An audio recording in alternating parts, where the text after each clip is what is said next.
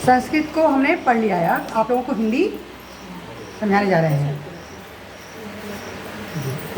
भीष्म पितामह द्वारा रक्षित हमारी सेना सब प्रकार से अजय है। भीम द्वारा रक्षित इन लोगों को भी ये सेना जीतने में सुगम है। मतलब कि दुर्योधन कह रहा है कि भीष्म पितामह द्वारा हमारी सेना जो है रक्षित है, और लेकिन भीम द्वारा भी उधर भी जीतने में भी वो लोग सुगम है। भीम द्वारा उधर का सेना भी भीम द्वारा जीतने में सुगम है, और इधर हम भीष्म पितामह द्वारा भी रक्षित हैं।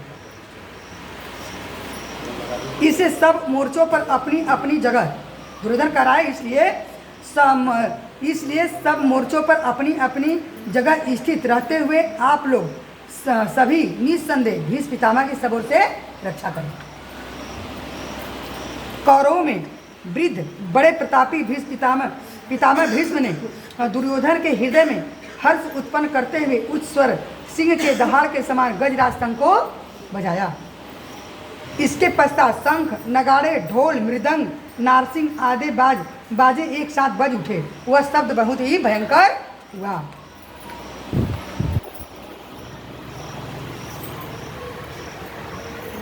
इसलिए अनंतर सफेद घोड़ों पर युक्त उत्तम रथ में बैठे हुए श्री कृष्ण महाराज और अर्जुन के अलौकिक और नगाड़े, ढोल, मृदंग बाजे एक साथ बज उठे। इसके अनंतर सफेद घोड़ों से युक्त उत्तम रथ में बैठे हुए श्री कृष्ण महाराज ने अर्जुन के अलौकिक शंख को बजाया। श्री कृष्ण महाराज ने पंचाजन नामक शंख को बजाया। अर्जुन ने देवदत्त नामक और भयानक कर्म वाले भीमसेन ने पौंड्रक नामक शंख को बजाया। कुंती पुत्र युधिष्ठिर अनंत विजय नामक शंख, नकुल सहदेव मणि पुष्पक सुघोष और मणि पुष्पक नामक शंख को बजाया। श्रेष्ठ धनुष वाले काशीराज और महारथी शिखंडी धृष्टद्युम्न तथा राजा विराट, अजय, सत्याकी, राजा द्रौपदी के पांचों पुत्र, बड़ी भुजा वाले सुभद्रा पुत्र अभिमन्यु, इस सभी ने हे राजन सब अलग अलग शंख को बजाया। शंख का मतलब क्या समझती हैं आप?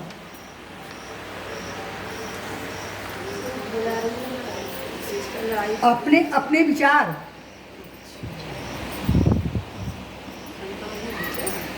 अपने अपने वो चीज़ों को, जैसे अवधि जो कहते हैं उसने बजाया, जो उनके भाव विचार थे इसलिए उनके शंखों का वो नाम पड़ा, वो बजाएं। ठीक, आज में और इस भयानक शब्द से आकाश में पृथ्वी के गुजाते हुए धृतराष्ट्र यानी आपके पक्ष वाले हृदय को विदीर्ण कर दिए। हे राजन, संजय कह रहे हैं कि हे राजन, इसके बाद कपिध्वज अर्जुन मोर्चा पर बांधकर डटे हुए धृतराष्ट्र संबंधी को देख करके सब शस्त्र के चलने की तैयारी के समय धनुष उठाकर श्री कृष्ण महाराज के इस वचन से कहा कि अच्युत, मेरे रथों को दोनों सेनाओं के बीच में खड़ा करिए। अर्जुन भगवान कृष्ण से कह रहे हैं कि मेरे रथ को दोनों सेनाओं के बीच में खड़ा करिए, और जब तक कि मैं युद्ध क्षेत्र में डटे हुए युद्ध के अभिलाषी विपक्षियों योद्धाओं को भली प्रकार से देख न लूँ, युद्ध व्यापार में मुझे किन किन के साथ युद्ध करना है वो मुझे कि अच्छी प्रकार इन्हें मैं देख लूँ।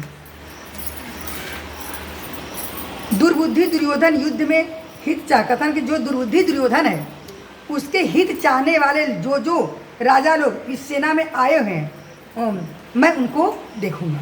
अर्जुन ने कहा कि जो दुर्बुद्धि ये है तो जे इनकर साथ देवा वाला हाल हो तो उन्होंने सबके देख रहे हैं कि कैसन है नहीं लोग, ये करे दुर्बुद्धि के भी नहीं समझ पा रहे हैं लोग, युद्ध करे आ गए हैं सभी। तो क्या आज नहीं है ऐसे लोग? आज समाज में है कि नहीं है? तो आप जब देखेंगे महाभारत की या भागवत गीता की कोई भी चीज़ देखेंगे आप, तो आपको स्पष्ट समाज में दिखाई देंगे। जो कल था आज वही है, कोई अंतर नहीं है। तो वो दुर्बुद्धि, तो दुर्बुद्धि आज भी है। और देखेंगे आप कि दुर्बुद्धि का समर्थन करने वाले बहुत ज़्यादा लोग होंगे और सत्य का समर्थन करने वाले बहुत कम लोग होंगे। ये जान जाइए, हम 100% देखेंगे आप कि दुर्बुद्धि का समर्थन करने वाले बहुत अधिक लोग होंगे और सत्य का साथ देने वाले बहुत कम लोग होंगे, क्योंकि सत्य से किसी को फायदा नहीं होगा, दुर्बुद्धि वालों को कोई फायदा नहीं होगा, इसलिए वो दुर्बुद्धि का ही साथ देंगे। संजय बोले, हे धृतराष्ट्र, अर्जुन द्वारा इस प्रकार से कहे हुए महाराज श्री कृष्ण दोनों सेनाओं के बीच में द्रोणाचार्य के सामने संपूर्ण राजाओं के सामने उत्तम रथ को खड़ा करके इस प्रकार युद्ध के जुटे हुए कौरवों को देखे। इसके बाद पितापुत्र अर्जुन दोनों सेनाओं के स्थित ताऊ, चाचाओं, परदादाओं, गुरुओं, मामाओं, भाइयों, पुत्रों, पौत्रों, ससुरों को देखा। मैं सुत ले। सेनाओं के बीच में स्थित ताऊ, चाचाओं, दादाओं, परदादाओं, मामाओं, भाइयों, पुत्रों, पौत्रों, मित्रों, ससुरों, सुहृदयों को देखा। आप लोग किसको देखती हैं? अर्जुन ने किसको देखा? तो आप लोग किसको देखती हैं? आप लोगों के भी जीवन में यही लोग होते हैं, वही है सुहृदय के, गाँव के न है लोग। प्रेमी कौन है? गांव के ही लोग होंगे। जिसे आप कह रहे हैं कि दादा परदादा के हो, परिदार ही लोग न है। चाचा कौन है? मामा कौन है? पौत्र कौन है? ये सब क्या है? तो आप देखेंगे तो सब अपने ही हैं, जिसे आप लोग कहते हैं मेरा मेरा, तो आपको सब अपने ही नजर आएंगे। और काटने और मारने वाले कौन है? अपने ही हैं, कोई और नहीं है। तो हृदयों को हमने देखा, उन उपस्थित संपूर्ण बंधु कह रहे हैं, और भगवान कह रहे कि अर्जुन कह रहा है कि उन उपस्थित संपूर्ण बंधुओं को देखकर कुंती पुत्र अर्जुन अत्यंत करुणा से होकर के शोक करते हुए हुए वचन कहते हुए बोला, भगवान से देखा।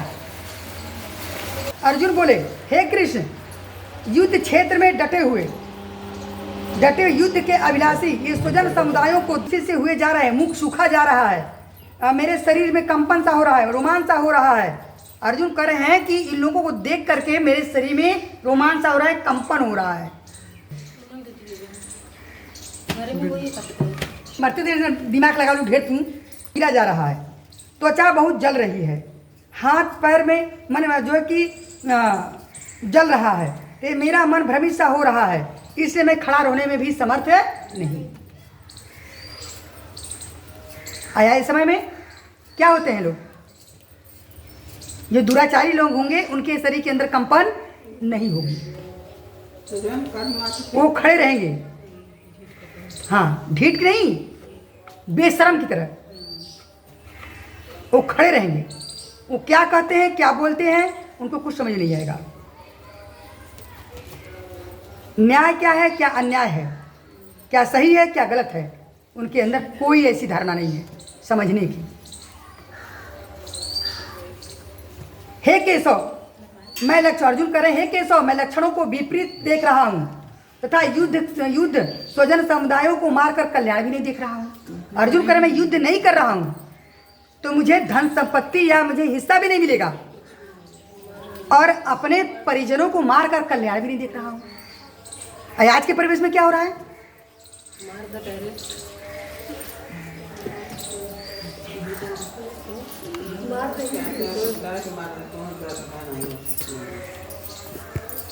आल्हा उदल का। तो पहले क्या था कि भाई अगर बड़ा भाई छोटे भाई को थप्पड़ उड़ाता था तो वो सर नीचे कर लेता था, छोटा भाई चला जाता था। अब अगर बड़ा भाई थप्पड़ उठाया तो छोटा भाई चला देगा।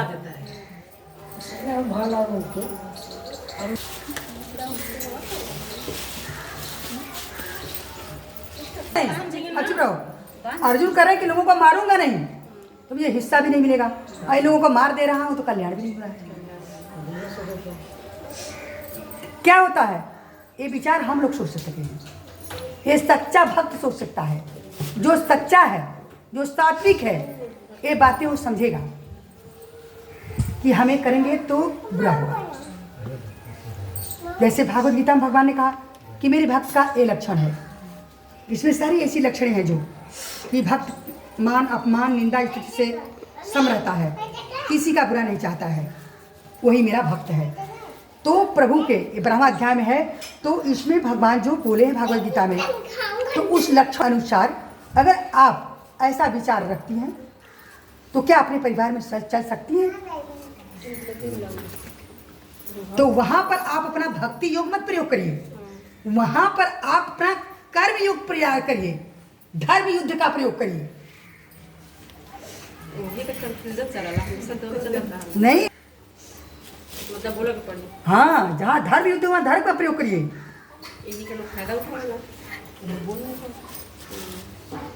हे कृष्ण, मैं न तो विजय चाहता हूँ, न राज्य चाहता हूँ, न ही सुखों को चाहता हूँ। हे गोविंद, ऐसे राज्य, ऐसे प्रयोजन अथवा ऐसे भोगों का जीवन को क्या लाभ कि जो अपने ही मर जाए। अर्जुन का कहना है कि ऐसे सुख धन से क्या मतलब, अपने ही मर जाए।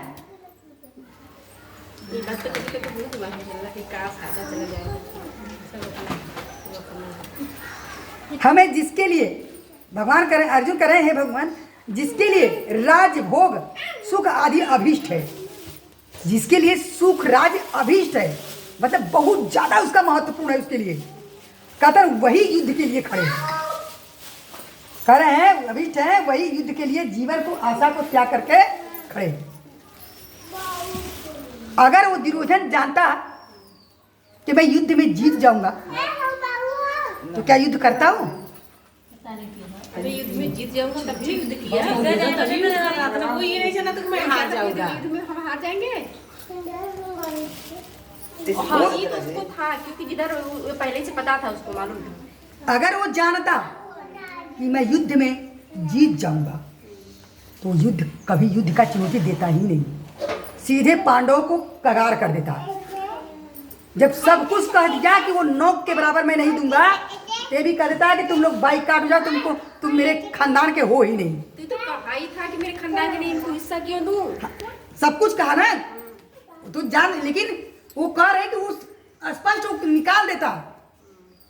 लेकिन वहां पर भगवान कृष्ण ने क्या कहा, प्रस्ताव कई बार लेकर गए वो, लेकिन कई बार उसने अरे कहा, दुर्योधन माना उस चीज को। अंतिम प्रस्ताव में क्या किया, कृष्ण भगवान को बंदी बनाने का प्रयास कर लिया, किन्हीं को बंदी बना लिया जाए।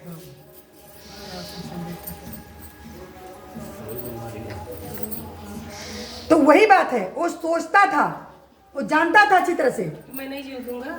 हाँ, हमने सोचा कि वो जानता, लेकिन वो जीतने के लिए जितनी सेना वो जुटाया था, उसके था कि मैं सुगम रहूंगा जीतने में, इन लोगों को हरा दूंगा। ये मुट्ठी भर है, मैं इतना हूं, 5 और 100 के बराबरी नहीं हो सकता। तो इस युद्ध का मतलब इसीलिए उसका नाम रखा गया था धर्म युद्ध, इसीलिए रखा गया था धर्म युद्ध। 5 और 100 का बराबरी नहीं हो सकता। अरे दमाल भी लड़ता था, 101 हो गई, जदरत भी था उसमें, तो 101 हो गई ना। अब भगवान कृष्ण का 13 छोड़ी सेना भी रहा। अरे इनका कृष्ण का पुत्र भी तो रहा। नहीं गया था वो, श्याम नहीं गया था, गया ही नहीं वो, युद्ध लड़ने के लिए नहीं गया था, बोला था लेकिन नहीं गया था। लक्ष्मणा के प्रेम में पड़ के बोला था ना, डर में नहीं गया था। नहीं, उसके बाद लक्ष्मणा के प्रेम में बोला था मैं जाने, लेकिन नहीं गया। वही जीवन को आशा को त्याग कर खड़े हैं। गुरु ताऊ लड़के उसी प्रकार से दादा मामे ससुर पौत्र साले सभी संबंधी लोग ही खड़े हैं। अर्जुन ने कहा, हे मधुसूदन, मुझे मारने पर भी अथवा तीनों लोक राज के लिए भी इन लोग को मारना नहीं चाहता हूँ। कथन कि अगर इन लोगों को मारने पर मुझे तीनों लोक मिल जाए तभी लोगों को मैं मारना नहीं चाहता। हे जनार्दन, धृतराष्ट्र के पुत्रों को मारकर हमें क्या प्रसन्नता होगी? अर्जुन कह रहे हैं, धृतराष्ट्र के पुत्रों को मारकर हमें क्या प्रसन्नता होगी? आतताइयों को मारकर हमें क्या क्या लाभ है? और हमको तो पाप ही लगेगा। आतताइयों को मारकर हम लोगों को पाप ही लगेगा। एत हे माधव, अपने ही बांधवों को, धृतराष्ट्र के पुत्रों को मारने के लिए हम योग्य नहीं हैं, क्योंकि अपने कुटुंबों को मारकर कैसे सुखी रह सकते हैं? हम अपने कुटुंबों को मारकर हम कैसे सुखी रह सकते हैं? लेकिन आजकल की विचारधारा क्या है? मार के सुखी रह जाए। आज की विचारधारा क्या है? हाँ। हम भगवत गीता पढ़ते हैं, लेकिन हमने अपने नजरों से देखा है। उस महाभारत युद्ध को द्वापर में देखा, एक कलयुग में, वर्तमान में हमने देखा है।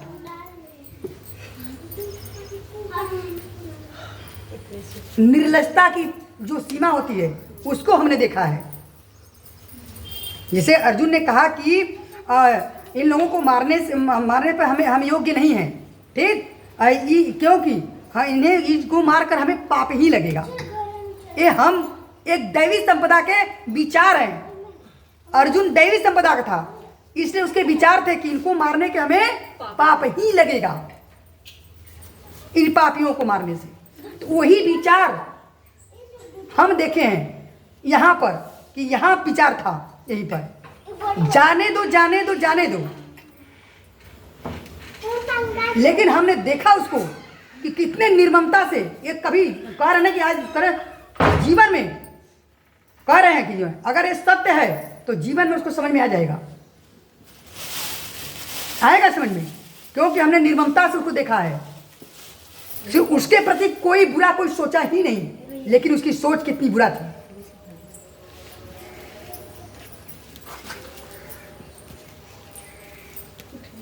जैसे अर्जुन ने कहा कि मैं मेरे पूजनीय भीष्म पितामह पर मैं बाण कैसे चलाऊंगा मधुसूदन, ना, अरे अब मेरे पूजनीय गुरु जी हैं द्रोणाचार्य पर मैं कैसे चलाऊंगा। लेकिन हमने अपनी आंखों से देखा यहाँ पर पापनियों को चलाते हुए शस्त्र को, इतनी निर्लजता के साथ शस्त्र चलाते हुए हमने देखा है। हर घर में चलता शस्त्र की, चाहे ससुर हो चाहे भसुर हो। तो फिर दैवी संपदा वाला क्यों डरे? भगवान भागवत गीता में अर्जुन को यही समझाया है कि अर्जुन तू अपने कर्म और फल से मत भाग। जब गांधारी ने अर्जुन उनको कृष्ण भगवान को श्राप दिया तो उनको ले गए युद्ध भूमि में, कुरुक्षेत्र में ले गए। तो राजा बर्बरी से जब पूछी कि क्या कृष्ण ने मेरे पुत्र को नहीं मरवाया, क्या उनको नहीं छल से मरवाया, जयद्रथ को छल से नहीं मरवाया, कर्ण को छल से नहीं मरवाया, भीष्म पितामह को छल से नहीं मरवाया, सारी बात क्या है? तो बर्बरी ने क्या कहा? हाँ मारा नहीं सत्य है, लेकिन किसको मरवाया, किसको मारा, किसने किसको मारा? कहा मतलब कहा यहाँ मार खाने वाला भी मधुसूदन थे और मारने वाला ही मधुसूदन थे। मार खाने वाला ही मधुसूदन थे, ठीक, और मारने वाला भी मधुसूदन थे। तब गांधारी ने फिर पूछा भगवान कृष्ण से कि फिर इतनी प्रपंचा क्यों, इतनी बड़ी महाभारत क्यों? तब उन्होंने कहा सबके संकल्प कहाँ गए? वो तो भी पूरे करने थे। भीम ने संकल्प लिया कि मैं तेरे छाती के ब्लड को निकाल कर अपने द्रौपदी के केस को धोऊंगा। भीष्म पितामह ने संकल्प लिया, तुम्हारे पुत्र ने लिया। यहां सभी तो संकल्पित थे, तो सबके संकल्प पूरे होने चाहिए। तो उस संकल्पों को पूरा करने के लिए इन लोगों को आधार बनाना पड़ा।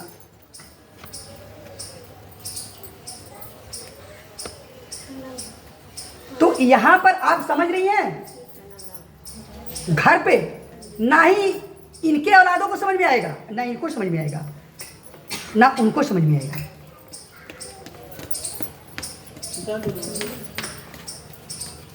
नहीं समझ में आएगा। लेकिन जो महाभारत जो प्रस्ताव लेकर गए थे, जब अति हो गया तो क्या हुआ? तो वो भी यहां पर भी वही होगा, यहां पर भी वही होगा।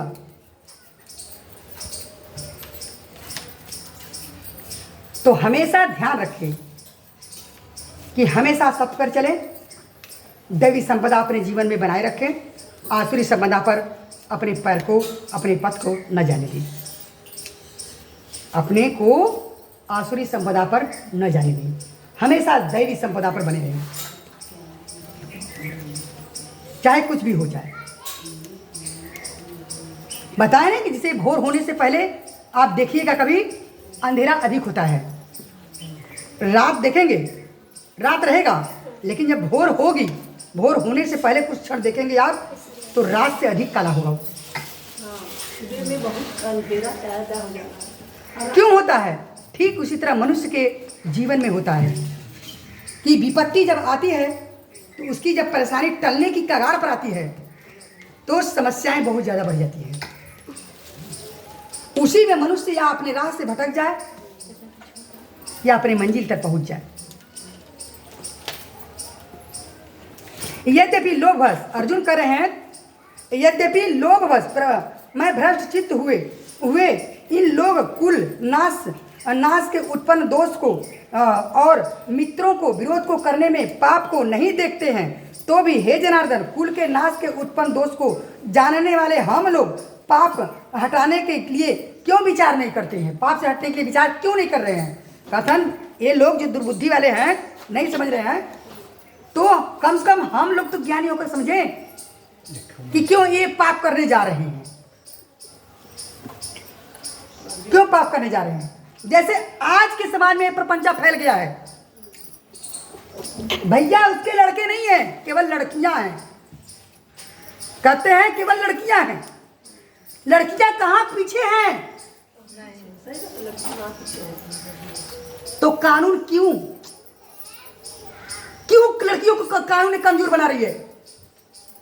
इतना लड़कियां उत्पात मचा रही हैं, आप करें कि एक लड़कियां कमजोर है। मैं भी एक नारी हूं, लेकिन किसी नारी का अपमान नहीं करूं, लेकिन नारी के लक्षणों को देख रही हूं मैं कि क्या कर रही हैं। ये अपने नारी का कानून बना दिए सरकार, लेकिन नारी क्या कर रही है? अपने औहदे का गलत इस्तेमाल कर रही है, अपने रूप का गलत इस्तेमाल कर रही है। कब तक झूठ? आप तो कानून बना दिए, इस लिखा दी छिड़कानी में, इसने मैं छिड़कानी कर दिया, मेरे साथ रेप कर दिया।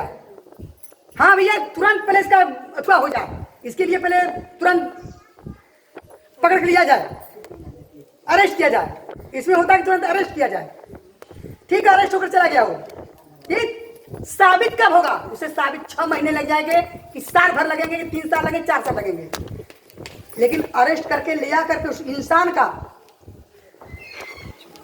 उसकी इज्जत का धज्जिया तो उड़ा दिया। ये नारी, आप लोग भी नारी हैं, ठीक, आप लोग भी नारी हैं, तो कभी भी अपने नारी के रूप का, सत्य का ही इस्तेमाल करिएगा, अपने नारी का गलत फायदा मत उठाइएगा, क्योंकि अगर गलत काम करेंगी आप तो इसका अंजाम बुरा होगा। ठीक है, इस शरीर में इस शरीर का मोह करके, आप इस बाड़ी का मोह करके आप सब कर्म कर लें, लेकिन इस बाड़ी के निकलने के बाद आपकी गति क्या होगी? लोग कहते रहे मरने के बाद देखने आते हो, सोने के बाद स्वप्न देखते हो, स्वप्न देखते हो। जब स्वप्न में छड़ी पड़ती है तो चोट लगती है, कहीं कोई मारता है स्वप्न में आपको तो चोट लगती है ना, दर्द महसूस होता है ना, चिल्लाते हो ना।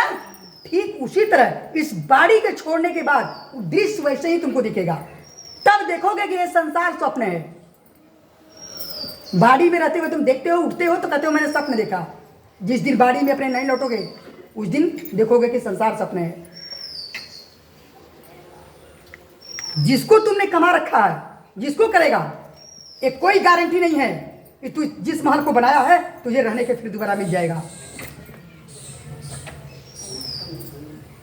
जब तेरी बाड़ी तुझे नहीं मिली, फिर दूसरी बाड़ी तैयार होकर तुझे मिलेगी, तो तू कैसे उम्मीद रख लिया कि इस महल को बनाया है तुझे ये महल मिल जाएगी। इसलिए हमेशा अपने नारी का या लड़की का कोई रूप का भी, अपने बच्चियों को भी शिक्षा दीजिए कि अपने नारी अपने रूप का कोई गलत फायदा न उठाएं किसी को भी। और एक बात और है, अगर सत्य है अगर दैवी संपदा की नारी है, लड़की है, अगर एक बार भी अगर उसे कोई छू दिया, छिड़कानी कर भी दिया तो छुपा कर चली जाएगी।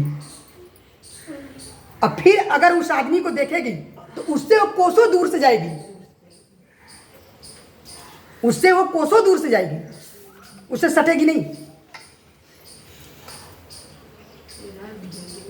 वो अलर्ट रहेगी। और जो आसुरी संपदा की है तो उसका तो विहेव बन जाएगा,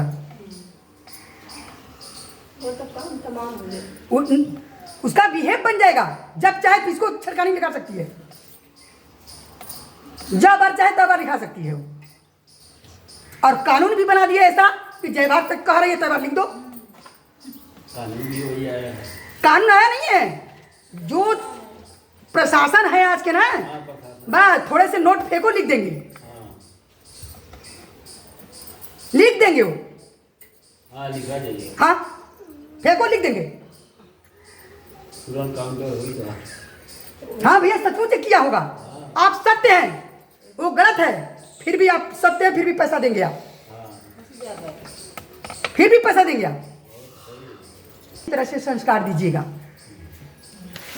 अपने बच्चियों को संस्कार दीजिएगा कि अगर हम पूछ रहे हैं कि मुझे एक बार वो छेड़ेगा, ठीक भाई, जबरदस्ती अगर मेरे जीवन में लिखा है, जबरदस्ती कोई मेरे ले गया, उसका जीवन नष्ट किया, वो अलग बात है भाई, वो अलग बात। भाई 10 लोग पकड़ के ले गए, वो अलग बात है। लेकिन अगर एक आध कोई तुमके छिड़काने या गलत शब्द बोल रहा है तो अपने कान में, एक कान से सुनो, एक कान से निकाल दो। उस लड़की को अगर आप लौट कर बोलती हैं उस लड़के से कि क्या कहले, तो समझ जाइए कि आप खुद गलत हैं। वो क्या कह रहा है, उसकी जुबान है, बोले हमारी बाड़ी है, हमारी बाड़ी में लग नहीं रही है, कहा तेरे कहने से कुछ हो जाएंगे, हम जो है वही रहेंगे। अगर हम सत्य हैं तो सत्य ही रहेंगे, तुम्हारे बुरा कहने से बुरा नहीं होंगे। तो वही कह रहे हैं अर्जुन, यद्यपि लोभवश हो करके हम युद्ध जो है कि करने की कोशिश कर रहे हैं तो युद्ध ना करें, हम नहीं करना चाहते हैं।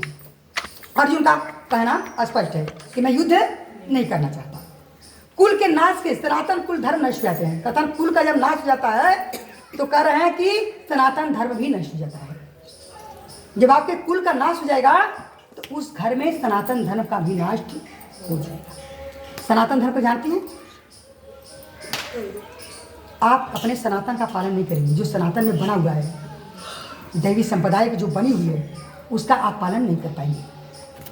सनातन धर्म, हाँ, भूत प्रेत का जो पूजा होता है ना, वो सनातन धर्म में नहीं आता है, वो सनातनी नहीं है। जो सनातन धर्म का जो पूजा है, जैसे राम का पूजा हुआ, कृष्ण का पूजा हुआ, हनुमान जी का हुआ, शंकर जी का हुआ, माता का हुआ, गणेश जी, ऐसी पूजा ही सनातनी है। यदि भवानी मवानी सब पूजा ला सब, ये जो क्या कहते हैं सब मारुका भाई जो करते हैं भूत प्रेत जो, ये सब क्या है? सनातनी पूजा नहीं है, राजसी पूजा, ये सब तामसी गुणों का है, ये केवल एक भ्रम मात्र है और कुछ नहीं।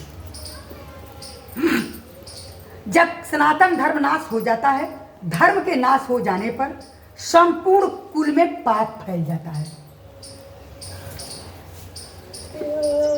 जब सनातन धर्म का नाश हो जाएगा, संपूर्ण कुल में पाप फैल जाएगा।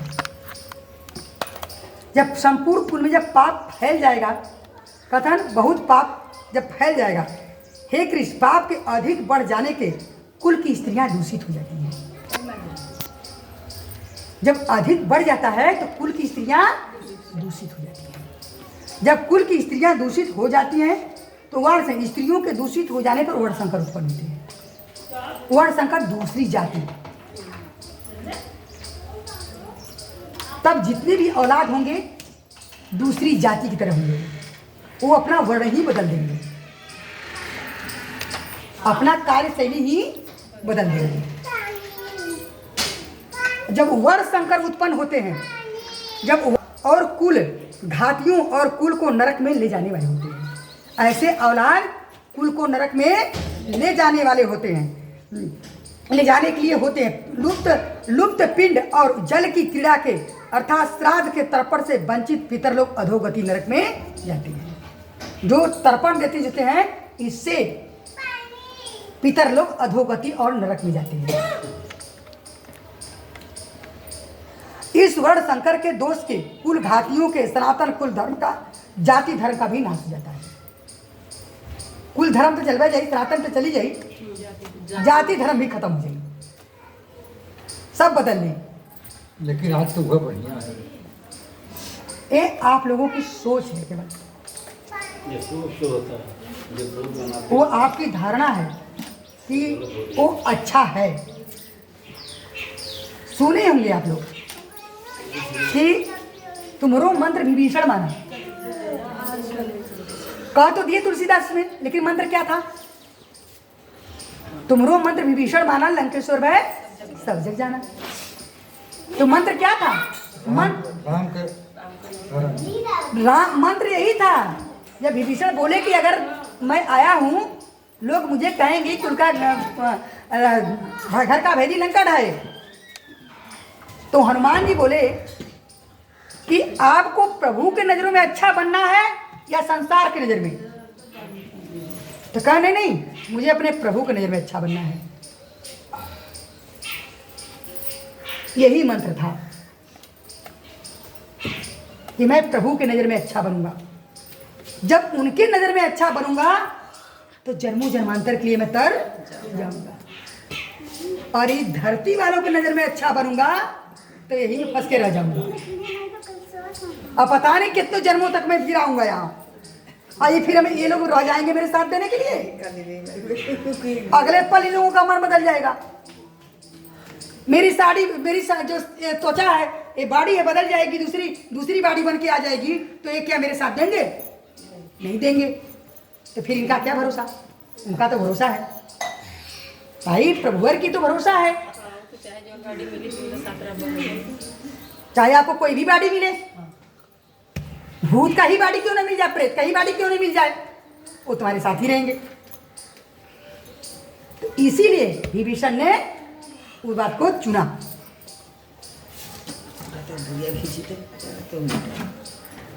जाति धर्म है, हे जनार्दन, इनका कुल धर्म नष्ट हो जाता है। ऐसे मनुष्य अनिश्चित काल तक नरक में वास करते सुने आए हैं। कथन ऐसे मनुष्य है, अर्जुन करें कि ऐसे मनुष्य है अनिश्चित काल तक नरक में वास करते हैं।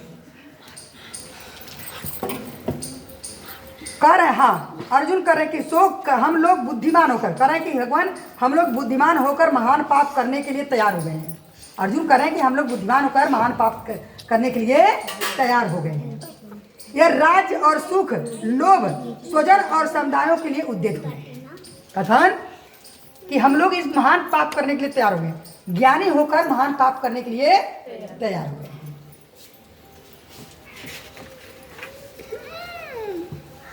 रणभूमि में शोक करते हुए उद्विग्न मन वाला अर्जुन इस प्रकार बाण सहित धनुष को त्याग कर रथ के पिछले भाग में बैठ गया।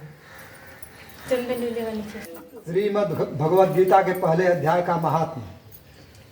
श्री पार्वती जी ने कहा, भगवान आप सब तत्वों के ज्ञाता हैं। आपकी कृपा से मुझे श्री विष्णु संबंधी नाना प्रकार के धर्म सुनने को मिले, जो समस्त लोक का उद्धार करने वाले हैं। देवेश, अब मैं गीता का महात्म सुनना चाहती हूँ, जिसका श्रवण करने से श्री हरि में भक्ति बढ़ती है। श्री महादेव जी बोले, जिनका श्री विग्रह अलसी के फूल की भांति श्याम वर्ण का है, पक्षी राज गरुड़ ही जिनके वाहन है, जो अपनी महिमा से कभी च्युत नहीं होते तथा शेष नाग की शैया पर शयन करते हैं, उन भगवान महाविष्णु की हम उपासना करते हैं। एक समय की बात है, मूल दैत्य के नाशक भगवान विष्णु शेषनाग के रमणीय आसन पर सुखपूर्वक विराजमान थे। उस समय समस्त लोगों को आनंद देने वाली भगवती लक्ष्मी ने आदर पूर्वक प्रश्न किया। लक्ष्मी जी ने पूछा, भगवान आप संपूर्ण जगत का पालन करते हुए भी अपने ऐश्वर्य के प्रति उदासीन से होकर जो इस क्षीर सागर में नींद ले रहे हैं, इसका क्या कारण है? श्री भगवान बोले, सुमुखी, मैं नींद नहीं लेता हूँ, अपितु तत्व का अनुसरण करने वाली अंतर्दृष्टि के द्वारा अपने ही महेश्वर तेज का साक्षात्कार कर रहा हूँ। देवी, यह वही तेज है जिसका योगी पुरुष कुशाग्र बुद्धि के द्वारा अपने अंतःकरण में दर्शन करते हैं तथा जिसे मीमांसक विद्वान वेदों का सार तत्व निश्चित करते हैं, वह महेश्वर से एक अजर प्रकाश स्वरूप आत्मरूप रोग शोक से रहित अखंड आनंद का पुंज निष्पन्द निरीह तथा द्वैत रहित है। इस जगत का जीवन उसी के अधीन है, मैं उसी का अनुभव करता हूँ। देवेश्वरी, यही कारण है कि मैं तुम्हें नींद लेता सा प्रतीत हो रहा हूँ। श्री लक्ष्मी जी ने कहा, हृषिकेश, आप ही योगी पुरुषों के ध्येय हैं, आपके अतिरिक्त भी कोई ध्यान करने योग्य तत्व है, यह जानकर मुझे बड़ा कौतूहल हो रहा है। इस चराचर जगत की सृष्टि और संहार करने वाले स्वयं आप ही हैं, आप सर्वसमर्थ हैं। इस प्रकार की स्थिति में होकर भी यदि आप उस परम तत्व से भिन्न हैं तो मुझे उसका बोध कराइए। श्री भगवान बोले, प्रिय, आत्मा का स्वरूप द्वैत और अद्वैत से पृथक भाव और अभाव से मुक्त तथा आदि और अंत से रहित है। बुद्ध ज्ञान के प्रकाश से उपलब्ध होने वाला तथा परमानंद स्वरूप होने के कारण एकमात्र सुंदर है, वही मेरा ईश्वरी रूप है। आत्मा का एकत्व ही सबके द्वारा जानने योग्य है। गीता शास्त्र में इसी का प्रतिपादन हुआ है। अमित तेजस्वी भगवान विष्णु के यह वचन सुनकर लक्ष्मी देवी ने शंका उपस्थित करते हुए कहा, भगवान, यदि आपका स्वरूप स्वयं परमानंदमय और मनवाणी के पहुँच से बाहर है तो गीता कैसे उसका बोध कराती है? मेरे इस संदेह का आप निवारण कीजिए। श्री भगवान बोले, सुंदरी सुनो, मैं गीता में अपनी स्थिति का वर्णन करता हूँ। क्रमशः 5 अध्यायों को तुम 5 मुख जानो, 10 अध्यायों को 10 बुझाए समझो तथा 1 अध्याय को उदर और 2 अध्यायों को दोनों चरण कमल जानो। इस प्रकार यह 18 अध्यायों की वांगमयी ईश्वरी मूर्ति ही समझनी चाहिए। यह ज्ञान मात्र से ही महान पातकों का नाश करने वाली है। जो उत्तम बुद्धि वाला पुरुष गीता के 1 या आधे अध्याय अथवा 1 आधे या चौथाई श्लोक का भी प्रतिदिन अभ्यास करता है, वह सुशर्मा के समान मुक्त हो जाता है। लक्ष्मी जी ने पूछा, देव सुशर्मा कौन था, किस जात का था और किस कारण से उसकी मुक्ति हुई? श्री भगवान बोले, प्रिय, सुशर्मा बड़ी खोटी बुद्धि का मनुष्य था, पापियों का तो वह शिरोमणि ही था। उसका जन्म वैदिक ज्ञान से शून्य एवं क्रूरतापूर्वक कर्म करने वाले ब्राह्मणों के कुल में हुआ था।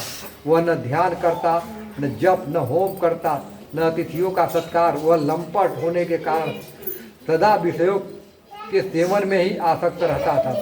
हल जोतता और पत्ते बेचकर जीविका चलाता था।